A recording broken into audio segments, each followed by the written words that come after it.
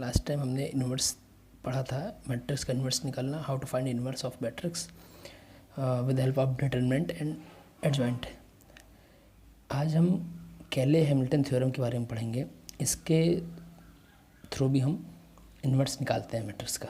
Okay, एक छोटा सा स्टेटमेंट है, आप लोग इसको स्टेटमेंट देख लेना। बहुत बड़ा मतलब इसमें कुछ ऐसा कुछ लिखा नहीं है, इसको सिंपल लैंग्वेज में समझा देता हूँ। क्या कह रहा है कि every square matrix satisfies a specific polynomial equation known as characteristic equation. देखो सिंपल से कह रहा है कि कोई भी एवरी स्क्वायर मैट्रिक्स मतलब कोई मैट्रिक्स है, स्क्वायर मैट्रिक्स है, तो उसको हम ऐसे लिख सकते हैं। ये क्या है, एक पर्टिकुलर पॉलिनोमियल के स्क्वायर रूट के अकॉर्डिंग लिख सकते हैं।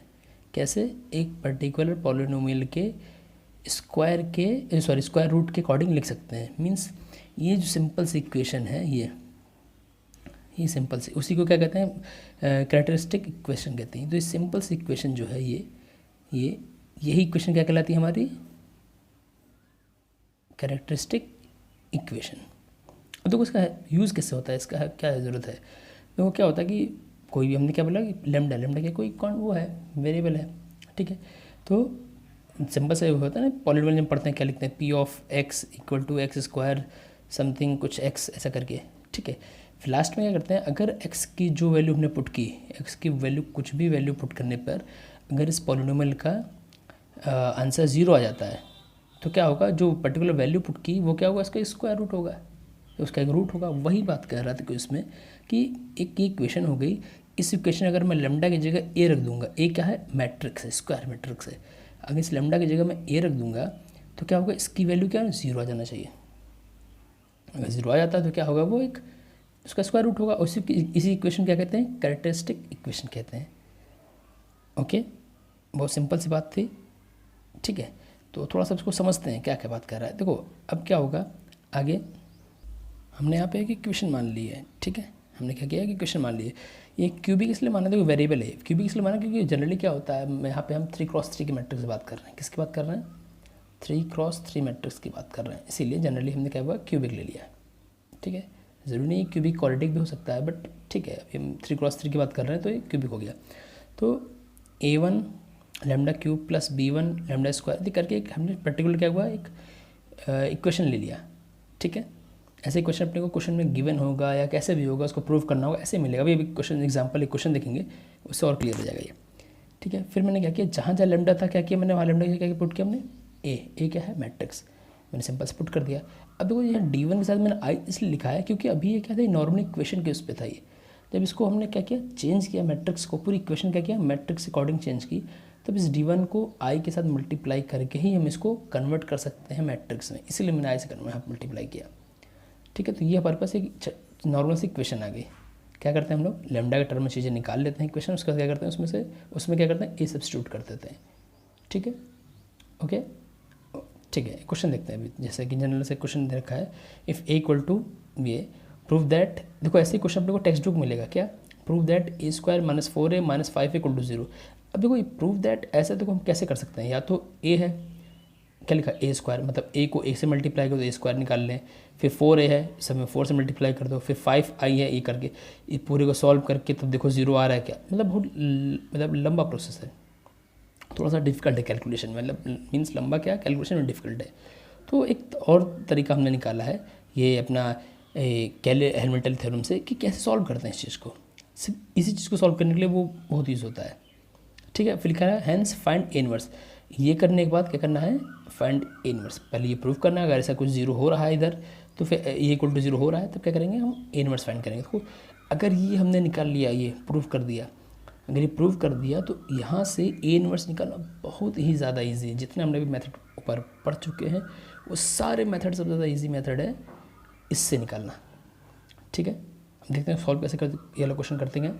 सिंपल से ये क्या है, ए माइनस लेमडा आई, जो हमने ऊपर यहाँ पे बात किया था, क्या, ए माइनस लेमडा आई, ये क्या होता है, कैरेक्टरिस्टिक इक्वेशन होता है, ठीक है। हमने मान लिया।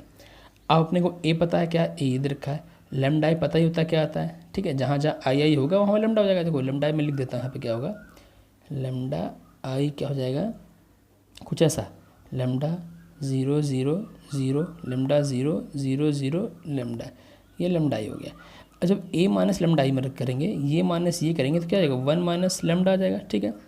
2 माइनस 0 2 ही हो गया, 2 माइनस 0 2 ही हो गया। ऐसे कहाँ जा 1 होगा, बस ये रिजल्ट आएगा। ये किसका रिजल्ट आया, ए माइनस लेमडा आई का, समझ गए। ए ये रखा है, लेमडा ये रखा हुआ है। ये लेमडा आई कैसा है ये पता होना चाहिए, ठीक है। लेमडा क्या है, एक वेरिएबल है, बाहर था। आई क्या, आइडेंटिटी मैट्रिक्स था, तो जब मल्टीप्लाई अंदर हुआ तो सिर्फ 1 1 में हुआ होगा, बाकी तो 0 था।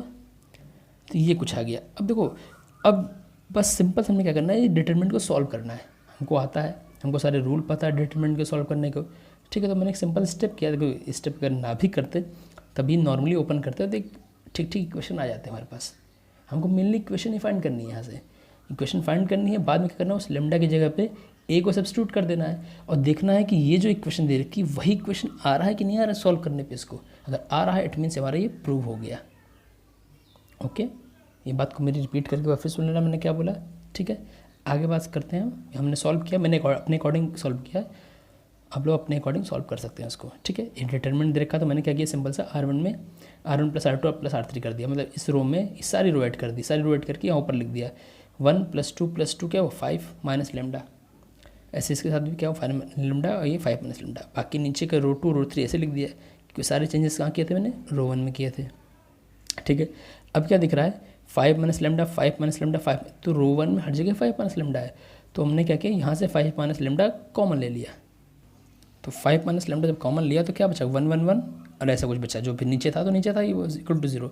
देखो अब सिंपल से देखो, यहाँ से भी डायरेक्ट ओपन कर सकते थे, बट मैंने क्या किया अपने अकॉर्डिंग इसको और ईजी कर लिया और सॉल्व कर लिया, ताकि मुझे और कम से कम इसको ओपन करना पड़े। तो क्या किया मैंने, C2 में क्या किया, C2 माइनस C1, मतलब यहाँ क्या किया, ये माइनस ये करके यहाँ लिख लिया, ठीक है। तो कुछ ऐसा बन गया, देखो 1 minus 1 0, 1 minus lambda -2 -1 minus lambda हो गया, 2 माइनस 2 0, ऐसा कर लिया। फिर क्या किया, C3 में क्या किया, C3 माइनस C1 कर दिया। तो ऐसा कुछ आ गया हमारे पास। और 5 माइनस लेमडा क्या था, बाहर कॉमन तो चल ही रहा था। ओके, अब 5 माइनस लेमडा के जब मैंने इसको ओपन किया है पूरी तरह से, क्योंकि देखो ये और ये गैप हो गया, तो ये मल्टीप्लाई बाय ये -0, तो क्या आ गया 1 प्लस लेमडा का होल स्क्वायर आ गया। क्या आ गया, 1 प्लस लेमडा का होल स्क्वायर आ गया। अब थोड़ा सा हाथ में कैलकुलेशन देख लेना, सिर्फ कैलकुलेशन में कुछ नहीं है। अब देखो क्या हो रहा है, यहाँ से क्या पता चला अपने को, ये इक्वल टू भी 0 है और ये इक्वल टू भी 0 है, पता दिख रहा है अपने को, ठीक है। तो मैं इसको सिंपल से मैथमेटिक्स की बात कर रहा हूँ, इसको सिंप्लीफाई करके मैंने कुछ ऐसा लिख दिया, ठीक है। अब कैसा लिख दिया, बहुत सिंपल की मेथड है, आपको सबको पता होगा क्या कर दिया मैंने, कुछ नहीं किया। ये स्क्वायर है, जब इक्वल टू 0 था तो 0 कैंसिल आउट हो गया, कोई दिक्कत नहीं है उसको, ठीक है। तो क्या बचा, 5 माइनस लेमडा 1 प्लस लेमडा, तो मल्टीप्लाई कर दिया तो कुछ ऐसा आ गया, क्या, lambda square -4 lambda -5 equal to 0। अब देखो मैंने क्या बोला, पिछला जब स्टार्टिंग पढ़ा रहा था कि ये इक्वेशन आ गई एक वेरिएबल के फॉर्म में, कल को इसको मैट्रिक्स के फॉर्म में कन्वर्ट किया तो क्या किया, जहाँ पर लेमडा था वहाँ ए रख दिया, ए स्क्वायर 4a -5, और ये 5 क्या था, सिर्फ कॉन्स्टेंट था, साथ में आई लिख के इसको मैट्रिक्स में कन्वर्ट कर दिया। तो ये चीज़ आ गया और यही हमको प्रूव करना था, तो हमारा ये प्रूव हो गया। ओके, इतना ही करना होता है इस हैमिल्टन थ्योरम में। और जब भी हमको क्वेश्चन मिलेगा कुछ ऐसा, ए इक्वल टू ये 0 प्रूव करो, उसके बाद इनवर्स फाइंड करो, तो हम यही प्रोसेस करेंगे, बहुत इजी प्रोसेस है। ओके, अब देखो जब ये निकाल लेंगे, अब इनवर्स कैसे फाइंड करेंगे हम लोग, देखते हैं। इनवर्स क्या किया, कुछ नहीं किया, इसी क्वेश्चन में क्या किया, बोथ साइड हमने क्या किया, ए इनवर्स से मल्टीप्लाई कर दिया, ठीक है। A square into A inverse, 4a into A inverse, 5i into A inverse equal to 0, इधर भी किया इनवर्स, तो मतलब 0 ही हो गया वो। अब ये देखो ए स्क्वायर है लिखा, ए इंटू ए, देखो एक लाइन अगर मैं और लिख दूँ, अगर ऐसे कुछ क्या लिखा हुआ है, ए इंटू ए इनवर्स लिखा हुआ है। ये क्या लिखा, -4 इंटू ए इनवर्स लिखा, ये क्या लिखा -5 ए इनवर्स आई या आई इनवर्स जो भी है, ठीक है। अब देखो ये दोनों मिलकर क्या बना दी, आई बना दी। हमने थ्योरम पढ़ रखा है, ए इंटू इनवर्स इक्वल टू क्या होता है, आई होता है। तो क्या बचा, ए बचा, आई को हम लिखते भी नहीं जनरली। और सेम यहाँ भी साथ में क्या हुआ, ए इंटू इनवर्स क्या हुआ, आई हो गया, आई चाहे लिखो चाहे लो, कोई दिक्कत नहीं होगा ये, ठीक है। फिर क्या हुआ, आई तो यहाँ आई है ऑलरेडी, 5a स्क्वायर, तो ऐसा कुछ आ गया, ठीक है। जब ऐसा कुछ आ गया, जब इसको हमने और सिंपल कर लिया, क्या किया, इसको क्या करते हैं हम लोग, इनवर्स को निकालना ना, तो 5 ए इनवर्स उधर भेज दिया हमने, उस साइड 0 के, ये ठीक है, 0 के इधर भेज दिया, 5 इनवर्स आ गया। और क्या गया, इक्वल टू में a -4i बचा अपने पास। तो यहाँ से जो ए इनवर्स निकला, क्या निकला होगा, ए माइनस 4i और ये 5 नीचे आ गया होगा, 1/5 आ गया होगा, ये मैंने यहाँ लिखा हुआ ये। और यही ई इनवर्स इस क्वेश्चन का, पर्टिकुलर क्वेश्चन का हम लोग इतनी देर से सॉरी जो पिछला हमने क्वेश्चन इसका था, इसी क्वेश्चन का जो था, मतलब बार बार हमने यही निकाल रहे हैं। ए इनवर्स क्या, 1/5 और पर्टिकुलर कुछ चीज़ है।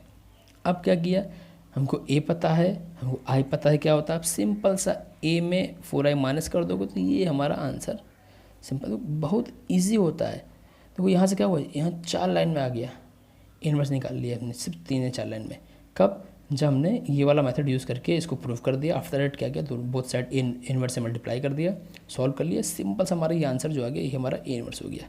दैट्स इट, बहुत ईजी होता है इससे।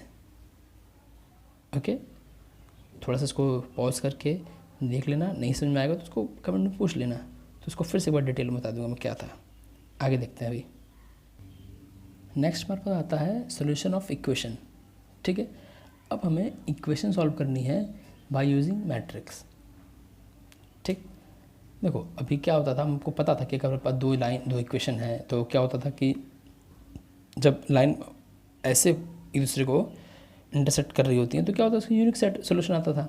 जब लाइनें पैरेलल होती थी तो क्या होता था, नो सोल्यूशन होता था। जब लाइनें ओवरलैप करती हैं तो मैनी सोल्यूशन होती है। तो हमने जब ये सिंपल चीज़ हमने स्ट्रेट लाइन में लास्ट ईयर समझ रखा है, पढ़ रखा है सब। ठीक है, और बाकी ये सब 9th में भी समझता है, 9 से ही सब इक्वेशन 8 9 से स्टार्ट हो जाती है सॉल्व करना, 2 लाइनों को इक्वेशन को सॉल्व करना या 2 इक्वेशन को सॉल्व करना कैसे क्या। ठीक है, अब मैट्रिक्स का क्या यूज़ होता है इसमें, ये देखते हैं कि कल को अगर हमको 3 लाइनें मिल गई, क्या 3 लाइनें मिल गई, ठीक है, 3 लाइनों को भी हम ऐसे ही कर सकते हैं जो हमको मेथड में पढ़ रखा है, बट वहाँ क्या होगा, बहुत ज़्यादा लेंथी प्रोसेस होता है, बड़ा कन्फ्यूजिंग रहता है कि क्या कर दें क्या नहीं कर दें, किसको एलिमिनेट कर दें, किसको सब्ट्रैक्ट कर दें, किस पे मल्टीप्लाई कर दें, बहुत ज़्यादा कन्फ्यूजिंग रहता है। तो अब क्या करते हैं हम लोग, बाय यूजिंग मैट्रिक्स वही ट्रिक उसी को सॉल्व करते हैं, 3 इक्वेशंस को। ठीक है, आपके पास एक इक्वेशन ये इक्वेशन दे रखी है सिंपल सा, तो क्या करते हैं, पहले मैट्रिक्स बना लेते हैं अलग अलग। जैसे ए मैट्रिक्स में रखेंगे जितने भी ये कांस्टेंट रहेंगे इन सब को उठा के ए मैट्रिक्स में लिख देंगे, जो इक्वल टू के लेफ्ट हैंड साइड रहेंगे। ये मैंने एक सिंपल सा मैट्रिक्स बना दिया।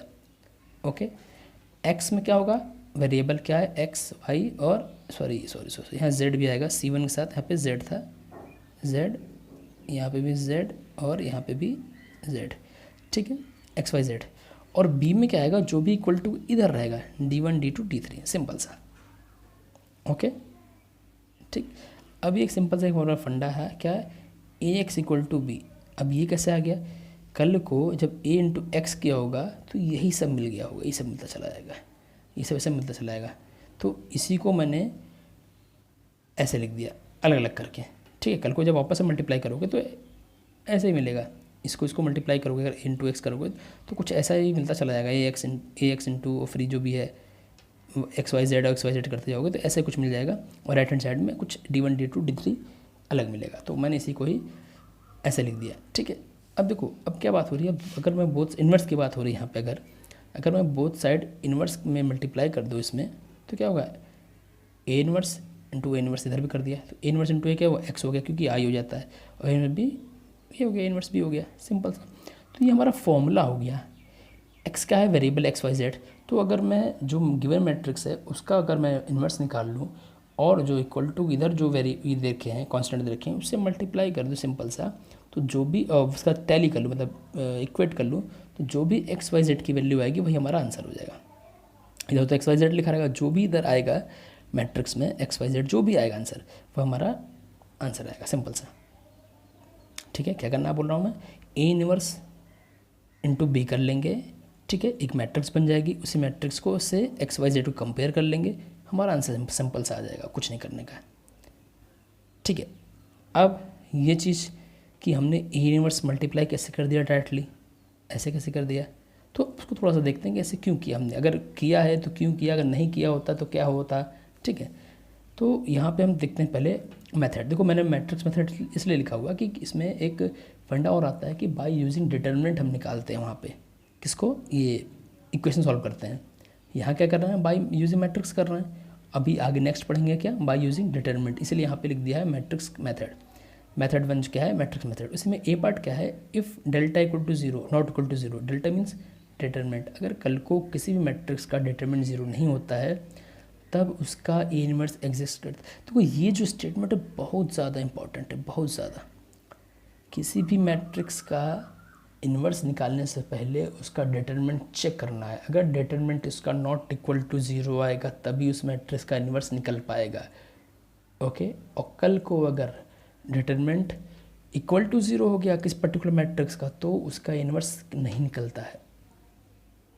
ओके, ये बहुत खास और बहुत इंपॉर्टेंट चीज़ है जो मैंने बोला ये स्टेटमेंट। ठीक है, क्या बोला मैंने, delta means determinant not equal to 0 होगा देन क्या हो, इन्वर्स एग्जिस्ट, तो क्या हो जाएगा इन्वर्स, इसीलिए मैंने यहाँ क्या मल्टीप्लाई किया तो चलेगा, ये करेक्ट है अपना। कंडीशन क्या है, ये होना चाहिए, तब ये क्वेश्चन काम करेगा, ये आंसर, ये सॉरी इक्वेशन काम करेगी। कब काम करेगी, जब डिटरमिनेंट की वैल्यू 0 के इक्वल ना हो। कोई मैट्रिक्स दे रखा हो, मान लो जैसे ये मैट्रिक्स दे रखा है, इसका पहले डिटरमिनेंट निकाल लेंगे, अगर डिटरमिनेंट 0 नहीं होता है तब जाके हम ये इक्वेशन लगा के इसको सॉल्व करके एक्स वाई जेड की वैल्यू निकाल लेंगे। ओके, आगे देखते हैं। ठीक है, अब बी पार्ट क्या कहता है, अगर कल को उसका डिटरमिनेंट 0 हो जाता है, क्या होता है डिटरमिनेंट 0 हो जाता है तो ए इनवर्स तो नहीं निकल पाएगा, बट हमको एक्स वाई जेड की वैल्यू तो निकालनी है ना। ए इनवर्स नहीं निकलेगा बट अपने को एक्स वाई जेड की वैल्यू तो निकालनी है। तब उसके लिए क्या करेंगे हम, अब अपने देखा कि अपने पास क्या था, ए एक्स इक्वल टू बी था। कब की बात कर रहा हूँ, ध्यान देना कि जब डिटरमिनेंट इक्वल टू 0 हो जाएगा तब ए एक्स इक्वल टू बी था। अब क्या करेंगे, बोथ साइड हमने एडजॉइंट को मल्टीप्लाई कर दिया। क्या किया, बोथ साइड एडजॉइंट को मल्टीप्लाई कर दिया। अब एडजॉइंट ऑफ ए इंटू ए क्या होता है, डिटरमिनेंट होता है। मैं प्रॉपर्टी पीछे पढ़ चुका एडजॉइंट की। ठीक, डिटरमिनेंट टू क्या हुआ, एक्स हो गया, ए इंटू आई होता है, ए इंटू क्या होता है डिटरमिनेंट टू आई, तो आई हमने लिखा नहीं, क्या होता है ये आई भी होता है साथ में। यहाँ पे मैंने लिखा नहीं आई क्योंकि आई को कोई मतलब नहीं है, आई मतलब 1 ही हो जाता है। और ये इधर हो गया ऐसा कुछ, क्या हो गया, delta X equal to adjoint of A into B. ठीक, अब दो मैंने नोट लिखे हुए हैं, इस पर ध्यान से देखना है। अगर कल को क्या हुआ है, adjoint of A into B equal to 0 हो गया, मतलब इधर वाला पार्ट 0 हो गया, then the system A X equal to B has infinitely many solution. तब क्या होगा, A X equal to B के क्या होंगे, मतलब मीन्स एक्स की जो वैल्यू आनी होगी या जो भी सोल्यूशन होगा कितने होंगे, कैसे होंगे, इन्फाइनाइटली मैनी सोल्यूशन होंगे। ठीक है, तो क्वेश्चन क्या होगा, कल को क्वेश्चन आपको थ्योरेटिकल ऐसे क्वेश्चन नहीं मिलेगा सॉल्व करने का कि 3 क्वेश्चन दे रखी होंगी। हाँ, बोर्ड में या फिर एनसीईआरटी बुक में मिलेगा, आपको बोर्ड की एग्जाम मिलेगा कि 3 क्वेश्चन दे रखी हो, सॉल्व करने में एक्स वाई जेड की वैल्यू। बट कल को हम जब जेई और अदर कंपटीशन की प्रिपरेशन कर रहे होते हैं वहाँ पर हमको ऐसी चीज़ें मिलती हैं, ठीक है, कि इसके सोल्यूशन कैसे होंगे, तो वो सब हमको सारी कंडीशन पता होनी चाहिए कि अगर ऐसा कुछ हो गया या ऐसा कुछ हो गया तब जाके क्या बोलेंगे हम लोग कि इन्फिनिटली मैनी सोल्यूशन हो जाएगा। तो ऐसे क्वेश्चन मिलते हैं अपने को, तो ये बारीकी अपने को ध्यान देनी है। ये जो स्टेटमेंट मैं बार बार रिपीट कर रहा हूँ, जो बोल रहा हूँ, इसको पॉज करके इसका नोट्स बना ज़रूर से ज़रूर बना लेना, मैं अभी भी कह रहा हूँ। ठीक है, क्योंकि मैट्रिक्स डिटरमिनेंट का मैक्सिमम क्वेश्चन उसका थ्योरी पे ही डिपेंड होता है कि उसकी प्रॉपर्टीज़ पे, उसके कुछ रूल्स हैं कि कैसे क्या है, सब चीज़ उसी पे डिपेंड होता है।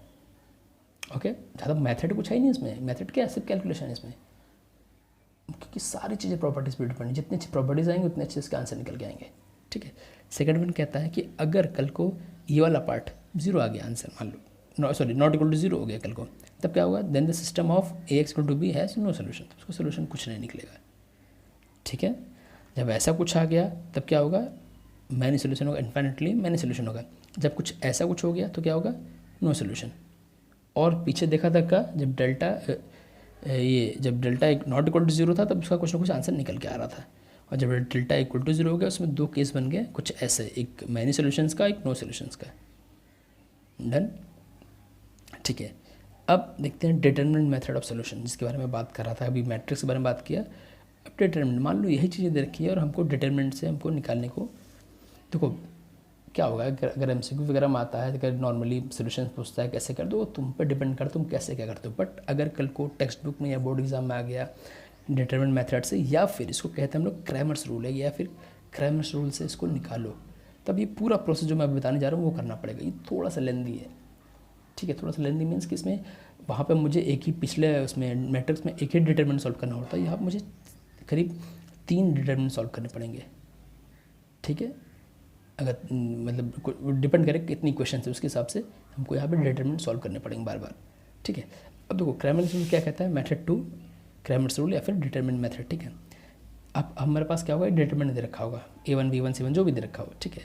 वहाँ पे मैट्रिक्स दे रखा था पिछले में, अब डिटरमिनेंट दे रखा होगा, या फिर डिटरमिनेंट उसको बना लिया, कन्वर्ट कर लिया। अब क्या करना होगा कि पहले डिटरमिनेंट मीन्स डेल्टा हो गया, A1 B1 C1 A2 B2 C2 A3 B3 C3। अब हमको डेल्टा और हमने छोटा सा एक्स लिख दिया, ये निकालना होगा। अब ये क्या कहता है, ये कहता है कि जो पहला होगा कॉलम, वहाँ पे मुझे D1 D2 D, हमको सब पता है कि ये चीज़ क्या है, ये चीज़ क्या है। क्वेश्चन क्या है हमारा, वही क्वेश्चन जो मैंने बात की थी पीछे लिखा हुआ था, क्वेश्चन वही है, A1x plus B1y plus C1z equal to D1, ये सारे क्वेश्चन वही, उसी को अकॉर्डिंग इसको बता रहा हूँ मैं, ठीक है। पहले डेल्टा एक्स की बात करेंगे, क्या होगा, जहाँ जहाँ कॉलम 1 में होगा ए की जगह D1 D2 D3 सब्स्टिट्यूट कर देंगे, लिखा हुआ ना, obtained on replacing first column of delta by B, ठीक है। तो ये मैंने बी हमको पता है क्या है, और फर्स्ट कॉलम पता है क्या है, ठीक है, तो मैंने बी से रिप्लेस कर दिया है। सेम ऐसे डेल्टा एक्स जब होगा क्या होगा, तब ए वाला ऐसे रहेगा, जहाँ बी होगा वहाँ पे क्या होगा, D1 D2 D3 हो जाएगा। जब डेल्टा जेड हो जाएगा तब क्या हो जाएगा, ये ए और बी वाले ऐसे रहेंगे, और जो सी वाला रहेगा वहाँ क्या हो जाएगा, D1 D2 D3। मैंने बता देता हूँ उसको नेक्स्ट पेज पे। पहले देखना क्या, डेल्टा एक्स क्या होगा, फर्स्ट वाले कॉलम में D1 D2 D3 हो जाएगा, बाकी सब जो पीछे लिखा था वैसे ही हो जाएगा, सिर्फ A1 A2 A3 का यहाँ पे रूल खत्म हो जाएगा डेल्टा एक्स के लिए, ठीक है। आगे देखते हैं आगे मैं क्या कह रहा हूँ, ठीक है। ये देखो सिमिलरली मैंने क्या कर दिया, डेल्टा वाई के लिए बात कर दी और डेल्टा जेड के लिए, जेड है, डेल्टा जेड के लिए बात कर दी, ठीक है। अब जब ये सब चीज़ हमको पता चल जाएंगी, क्या delta X, delta Y, delta Z और डेल्टा, तो एक रिलेशन जनरेट होकर आता है यहाँ से, क्या, X into delta equal to delta X, X into delta equal to delta X, Y into delta equal to delta Y, Z into delta equal to delta Z, ठीक है।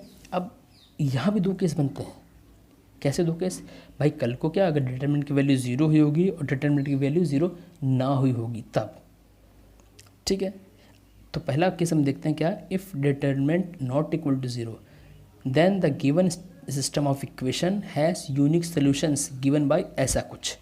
कल को अगर डेल्टा की वैल्यू नॉट इक्वल टू 0 हो जाती है तो हम क्या कर सकते हैं, डेल्टा एक्स निकाल लेंगे, डेल्टा निकाल लेंगे तो यहाँ से एक्स की वैल्यू ईजिली आ जाएगी, डेल्टा वाई निकाल लेंगे, और डेल्टा तो ऑलरेडी निकाला होगा हमने, तो क्या होगा, वाई निकाल लेंगे, इस तरह से जेड निकालेंगे, delta Z, delta Y, delta X हमको निकालना आता है, हमने ऊपर यहाँ पे देख लिया कैसे निकालेंगे, ठीक। और डेल्टा भी निकालना तो खैर आता है, डेल्टा मीन्स डिटरमिनेंट की बात कर रहा हूँ, ठीक है, डिटरमिनेंट की बात कर रहा हूँ, ओके। तो सेकंड केस क्या कहता है, इफ़ डेल्टा इक्वल टू 0 मतलब डिटरमिनेंट इक्वल टू 0 हो गया, तब क्या होगा, दो केस बनते हैं यहाँ पे। कल को क्या हो गया, अगर डिटरमिनेंट की वैल्यू 0 आ गई तब दो केस जनरेट होते हैं। जब डिटरमिनेंट की वैल्यू क्या थी, नॉट इक्वल टू 0 थी, तब एक ही केस था, सिंपल सा आंसर आता है। और लेकिन कल को क्या हुआ, डिटरमिनेंट नॉट इक्वल टू 0 मिल गया अपने को, तब क्या करेंगे, तो पहला जो कंडीशन आती है क्या कहता है कि ये जो condition, at least one of delta X, delta Y and delta Z is non zero, ठीक, बहुत ध्यान से देखने का। अगर मान लो ये 0 हो गया, ठीक है, और इसमें से कोई एक भी नॉन ज़ीरो हो गया, कोई एक भी क्या हुआ, नॉन ज़ीरो हो गया, मान लो हमने ये देख लिया, ये मान लो नॉन ज़ीरो हो गया, ये 0 हो गया। अब ऐसा क्या मल्टीप्लाई कर दे 0 में कि नॉन ज़ीरो कुछ वैल्यू आ जाए, तो ऐसा कुछ तो हो ही नहीं सकता, ऐसा कुछ तो हो ही नहीं सकता कि भाई ऐसा 0 में से क्या मल्टीप्लाई कर दे उसका आंसर 0 ना आए, 0 में तो कुछ मल्टीप्लाई करने से 0 आएगा, तो इसलिए इसका सोल्यूशन क्या आएगा, ये नो सोल्यूशन की तरफ बढ़ जाएगा, ये वाला केस क्या होगा, नो सोल्यूशन हो जाएगा, ठीक है। इसका बी पार्ट देखते क्या कहता है, बी पार्ट केस 2 का ही बी पार्ट क्या, all of delta X, delta Y, delta, अगर कल को क्या हुआ, ये भी 0, ये भी 0, ये भी 0 होगा और डेल्टा तो ऑलरेडी 0 ही है, तब क्या हो जाएगा, इसके इनफाइनाइट सोल्यूशन आ जाएंगे, क्या आ जाएंगे, इनफाइनाइट सोल्यूशन आ जाएंगे, ठीक है भाई। जब ये भी 0 ये भी 0 है, ये भी 0 ये भी 0 ये भी 0 0, ठीक है, तो डिपेंड करेगा कि कैसे क्या आंसर आ रहा है। तो एक्स की वैल्यू कुछ भी, मतलब कई सोल्यूशन आ सकते हैं, कुछ भी सोल्यूशन आ सकता है, कुछ भी आंसर आ सकता है, कैसे भी आंसर आ सकता है, या कुछ भी वैल्यू आ सकती है। तो ये 2-3 कंडीशन थी अपने को समझना था यहाँ पे। अब ये सारी चीज़ें क्वेश्चन से निकलेंगी, अब क्वेश्चन प्रैक्टिस करेंगे तो वहाँ से और अच्छा क्लियर होगा, ठीक है। तो आज यहाँ पे हमारा मैट्रिक्स डिटरमिनेंट क्या हुआ, ख़त्म हो गया, ठीक है, द एंड, यहाँ पे चैप्टर क्लोज हो गया, ख़त्म हो गया यहाँ पे। अब आज कल का मैंने परसों एक सीट दी थी, उसका भी तो मुझे जो भी आंसर नहीं आया अभी, लेकिन आज कल और परसों लगभग 2 दिन लगातार 3 दिन मैं और शीट दूंगा।